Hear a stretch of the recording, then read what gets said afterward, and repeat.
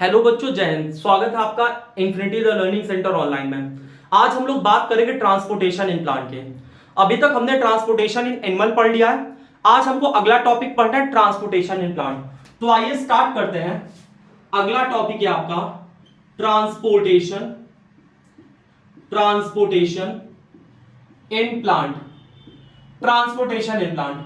अब प्लांट में ट्रांसपोर्टेशन किस चीज का होता है? दो चीज का होता है। सबसे पहला प्लांट में ट्रांसपोर्टेशन किसका होता है? वाटर और मिनरल का।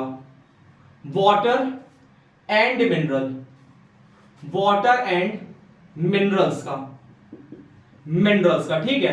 तो प्लांट में ट्रांसपोर्टेशन वाटर का होता है, मिनरल का होता है। और किस चीज का होता है? फूड का होता है। और फूड में किसका ट्रांसपोर्टेशन होता है? आपका सुक्रोज। सुक्रोज क्यों कह रहे हैं? क्योंकि प्लांट किस फॉर्म में फूड ट्रांसफर करता है? सुक्रोज के फॉर्म में। इसके साथ अमीनो एसिड और किसका ट्रांसपोर्ट होता है फ्लोएम के थ्रू? हार्मोन। ठीक है, इसको साथ में क्यों लिखते हैं ये बताते हैं। प्लांट में वाटर और मिनरल का ट्रांसपोर्टेशन किसके थ्रू होता है? जाइलम के थ्रू होता है। जबकि प्लांट में सुक्रोज हो गया, अमीनो एसिड हो गया, हार्मोन्स हो गया, इसका ट्रांसपोर्ट किसके थ्रू होता है? फ्लोएम के थ्रू होता है। बात समझ में आ रही ना? तो प्लांट में ट्रांसपोर्टेशन किसके थ्रू होता है? Xylem of phloem. और जाइलम ऑफ फ्लोएम क्या होती है? ये वैस्कुलर टिश्यू होती है। Vascular tissue. तो जाइलम ऑफ फ्लोएम आपकी वैस्कुलर टिश्यू है। तो ट्रांसपोर्टेशन इन प्लांट किसके थ्रू होता है? Vascular tissue. वैस्कुलर टिश्यू दो है यहां पे, एक जाइलम है, दूसरी फ्लोएम है। जाइलम किस चीज को ट्रांसपोर्ट करता है? ये वाटर और मिनरल्स को ट्रांसपोर्ट करता है। फ्लोएम किस चीज को ट्रांसपोर्ट करता है? ये ट्रांसपोर्ट करेगा फूड यानी सुक्रोज, और ट्रांसपोर्ट करेगा अमीनो एसिड, और ट्रांसपोर्ट करेगा हार्मोन्स के।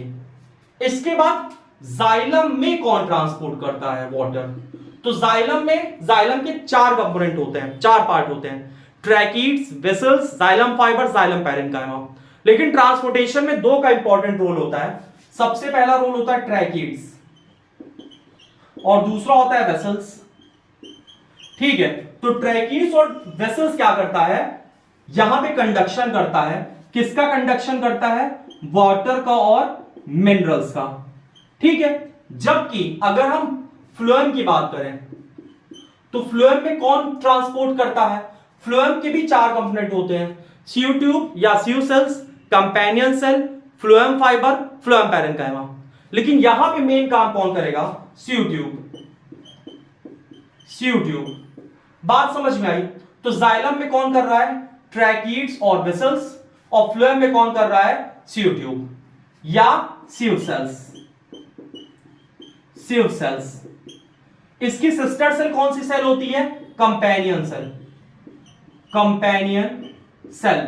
जैसे तुमने पढ़ा है कि मैच्योर मैमिलियन आरबीसी में न्यूक्लियस नहीं होता, ऐसी जो यहां सीयू सेल्स होती हैं इसके पास भी न्यूक्लियस नहीं होता। तो इसकी मदद कौन करता है? इसकी सिस्टर सेल कौन है?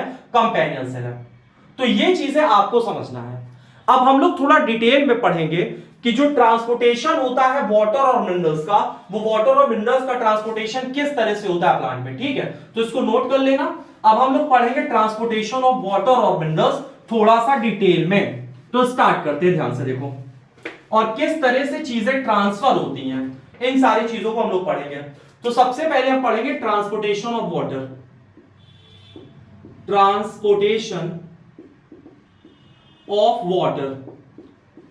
ट्रांसपोर्टेशन ऑफ वाटर किसके थ्रू होता है? इसको समझते हैं। ट्रांसपोर्टेशन ऑफ वाटर होता है जाइलम के थ्रू। जाइलम में भी क्या? Tracheids and vessels. यहां तक कोई प्रॉब्लम नहीं है। Water and minerals. ठीक है, अब जाइलम के थ्रू जो ट्रांसपोर्ट होता है वो हमेशा कैसा होता है? यूनिडायरेक्शनल होता है। यूनिडायरेक्शनल ट्रांसपोर्ट होता है। इसके बाद इस ट्रांसपोर्ट में it do not need ATP. इसमें एटीपी की जरूरत नहीं पड़ती है वाटर और मिनरल को ट्रांसपोर्ट करने के लिए।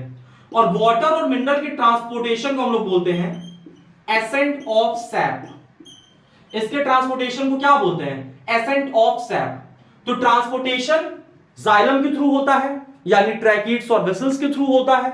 इसके बाद इसका ट्रांसपोर्ट यूनिडायरेक्शनल होता है यानी रूट से किधर होगा, स्टेम साइड पे होगा, डाउनवर्ड से अपवर्ड साइड पे ट्रांसपोर्ट होता है। इसको ट्रांसपोर्ट करने के लिए हमको एटीपी की जरूरत नहीं पड़ती, और वाटर मिनरल ट्रांसपोर्ट को हम लोग बोलते हैं एसेंट ऑफ सैट। आपके एनसीईआरटी में नहीं दिया, लेकिन इसको थोड़ा सा ध्यान से समझना। अब प्लांट वाटर एब्जॉर्ब कैसे करता है ये अब हम लोग समझने जा रहे हैं, ठीक है। तो सबसे पहले यहां पे ये रूट्स हैं, ये स्टेम है प्लांट का, यहां पे प्लांट की ये रूट्स है, समझ लेते हैं हम लोग, ठीक है। ये प्लांट्स की रूट है।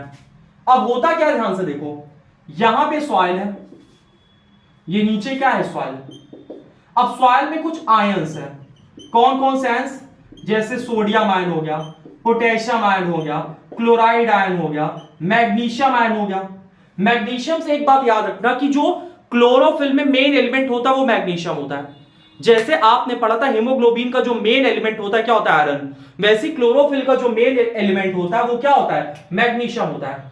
तो प्लांट क्या करता है, ध्यान से समझो, प्लांट क्या करेगा, प्लांट इन आयंस को एक्टिवली एब्सॉर्ब कर लेगा, ठीक है ना। तो प्लांट क्या करता है, प्लांट इन आयंस को एक्टिवली एब्सॉर्ब कर लेता है। इसको आप लोग नोट कर लीजिएगा, इसको हम रफ कर देना है, ठीक है।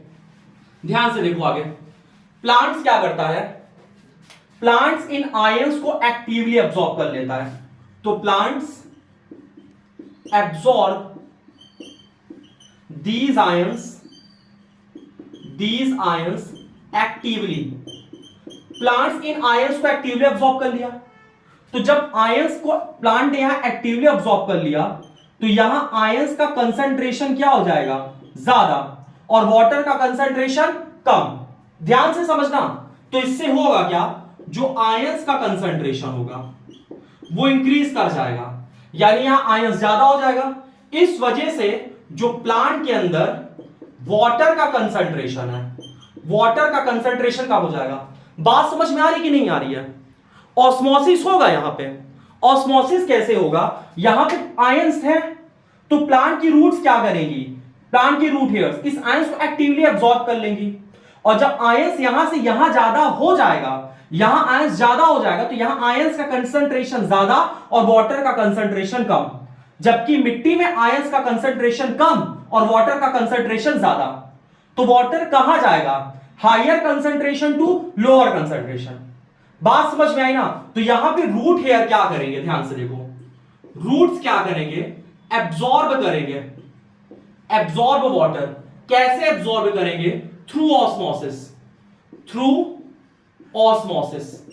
ऑस्मोसिस के थ्रू क्या होगा, ऑस्मोसिस के थ्रू वाटर यहां पे आने लगेगा एब्सॉर्ब होके।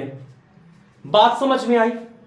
ऑस्मोसिस के थ्रू वाटर एब्सॉर्ब होके आ जाएगा, किस पे आ जाएगा, जाइलम में, जाइलम में।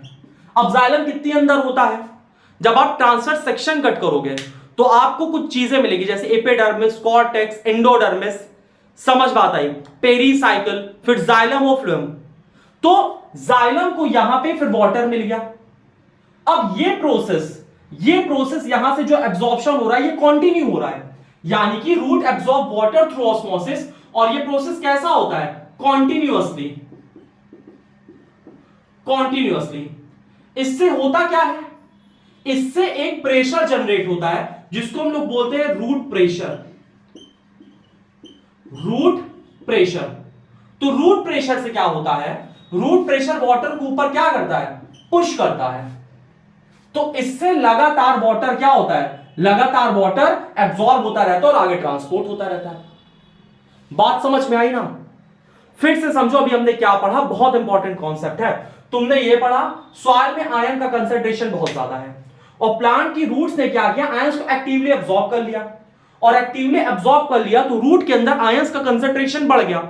और जब रूट्स के अंदर आयंस का कंसंट्रेशन बढ़ गया तो अब वाटर का कंसंट्रेशन कम हो गया प्लांट में, तो वाटर जाएगा higher concentration to lower concentration through the osmosis, और ये कंटिन्यूअस जाता जाएगा, पानी पानी ऐसे एब्सॉर्ब होता रहेगा। इस वजह से अब पानी एब्सॉर्ब हो रहा है कॉन्टिन्यूअसली, तो ये प्रेशर बनाएगा रूट, जिसको बोलते हैं रूट प्रेशर।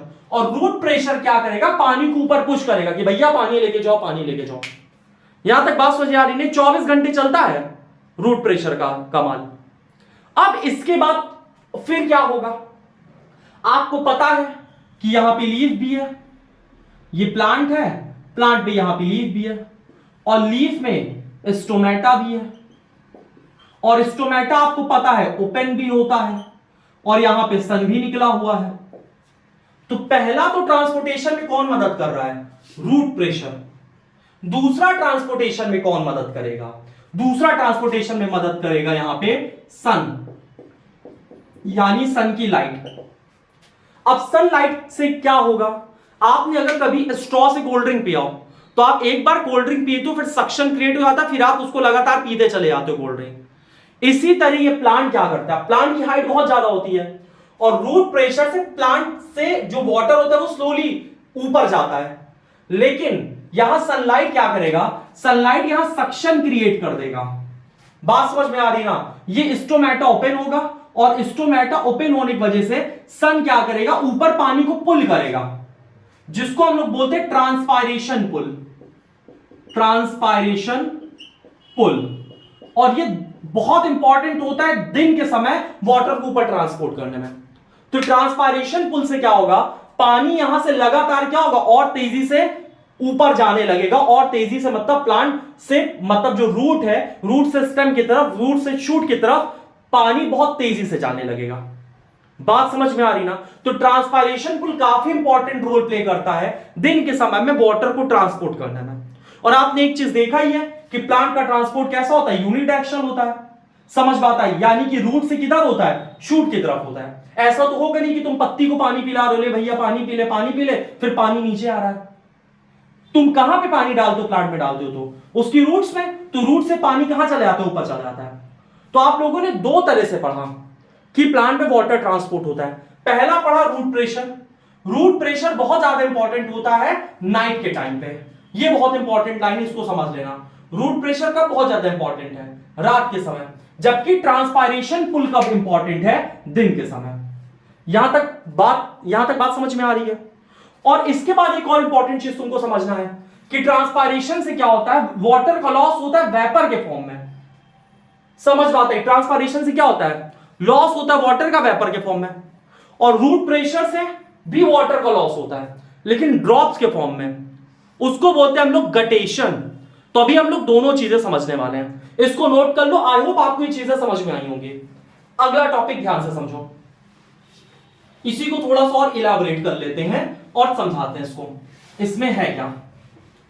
तो अभी तक हमने दो चीज समझा। सबसे पहला हमने क्या पढ़ा? ट्रांसपायरेशन पुल। ध्यान से देखो, हमने पहले क्या पढ़ा? ट्रांसपायरेशन पुल। ये इंपॉर्टेंट कब होता है? दिन के समय इंपॉर्टेंट होता है ट्रांसपायरेशन पुल। और इसमें जो, लेकिन स्टोमेटा से क्या होता है? वाटर लॉस होता है। स्टोमेटा से वाटर लॉस होता है। किस फॉर्म में? वेपर के फॉर्म में। और ट्रांसपायरेशन को हम लोग बोलते हैं नेसेसरी इविल, जरूरी राक्षस। क्योंकि भले इससे वाटर लॉस होता है और बहुत ज्यादा वाटर लॉस होता है, लेकिन कम से कम इससे बेनिफिट ये होता है कि वाटर तो आसानी से ऊपर तक पहुंच जाता है। यानी जिस काम को करने में रूट प्रेशर की हालत खराब हो जाती, उस काम को इसने काफी आसान बना दिया। यहां तक बात समझ में आ रही कि नहीं? और ट्रांसपायरेशन से एक और बेनिफिट होता है। ट्रांसपायरेशन से क्या होता है? वाटर का एवोपरेशन होता है, और एवोपरेशन से कूलिंग होती है, तो प्लांट इससे ठंडा रहता है। बात समझ में आ रही कि नहीं आ रही? तो ये चीजें होती हैं। इसके बाद गटेशन क्या होता है? गटेशन क्या होता है? Loss of water in the form of vapour के फॉर्म में जो वाटर का लॉस होता है उसको हम लोग गटेशन बोलते हैं। यहां तक कोई वेपर के फॉर्म में नहीं, loss of water in the form of droplets. ठीक है, loss of water in the form of droplets, इसको गटेशन बोलते हैं। अब एक बार हम इसको रिवाइज करवाते, ध्यान से देखो। हमने पढ़ा transportation in plant. Transportation plant में सबसे पहले हमने समझा transport of water and minerals. Water और मिनरल्स का ट्रांसपोर्टेशन किसके थ्रू होता है? ट्रैकिड्स और वेसल्स के थ्रू होता है। अब ट्रैकिड्स और वेसल्स में जो फ्लो होता है वाटर का, वो यूनिडायरेक्शनल होता है, यानी कि रूट से ट्रांसफर कहां पे होगा? शूट की तरफ ट्रांसफर होगा। ये इसमें किसी भी तरह की एटीपी की रिक्वायरमेंट हमको नहीं होती है। रात के समय यानी 24 घंटे रूट प्रेशर हेल्प करता है, वाटर को ट्रांसपोर्ट करने में, जबकि दिन के समय यह ट्रांसपोर्ट करने का काम में कौन मदद करता है? ट्रांसपायरेशन पुल, जो कैसे होता है? सनलाइट की वजह से होता है, जिससे कि एक सक्शन क्रिएट होता है और पानी आसानी से रूट से शूट की तरफ ट्रांसफर हो जाता है। इसके बाद ट्रांसपायरेशन क्या होता है? Loss of water in the form of vapour. Guttation क्या होता है? Loss of water in the form of droplets. Transpiration कब बहुत ज्यादा इंपॉर्टेंट होता है? दिन के समय, लेकिन रूट प्रेशर की इंपॉर्टेंस कब बढ़ जाती है? रात के समय। और जो ट्रांसपोर्ट होता है वाटर और मिनरल्स का, इसको हम लोग बोलते हैं ascent of SAP. Plant water कैसे एब्जॉर्ब करता है जमीन से? पहले प्लांट की रूट्स क्या करती हैं? आयंस को एक्टिवली एब्जॉर्ब कर लेती हैं, और जब आयंस को एक्टिवली एब्जॉर्ब कर लेती तो रूट्स के अंदर वाटर का कंसंट्रेशन ज्यादा हो जाता है, सॉरी रूट्स के अंदर आयंस का कंसंट्रेशन ज्यादा हो जाता है, जिस वजह से वाटर जाता है higher concentration to lower concentration. क्योंकि हायर कंसंट्रेशन अब कहां पे हो चुका है? सॉइल में, और लोअर कंसंट्रेशन कहां पे है? रूट्स में। यहां तक चीजें समझ में आ रही है। अब आगे समझते हैं हम लोग ट्रांसपोर्ट ऑफ फूड। चलो ध्यान से समझो, अगला टॉपिक है ट्रांसपोर्ट ऑफ फूड, जिसको ट्रांसलोकेशन कहते हैं। अगला है transport of food. Transport of food, transport of food. Transport of food कहां से हमको समझना है? ट्रांसपोर्ट ऑफ फूड होता है आपका फ्लोएम से, और इसमें कौन इंपॉर्टेंट रोल प्ले करता है? Sieve tube. सीयू ट्यूब इसमें इंपॉर्टेंट रोल प्ले करता है। फ्लोएम क्या क्या ट्रांसपोर्ट करता है? आपके एनसीईआरटी में दिया गया है, दो ही चीज दिया गया है। सबसे पहला अमीनो एसिड, अमीनो एसिड, और क्या दिया गया? सुक्रोज। इसका ट्रांसपोर्ट बाय डायरेक्शनल होता है। Bye directional. बाय डायरेक्शनल क्यों होता है? नॉर्मल केस में जो सुक्रोज जाता है वो लीफ से जाता है अदर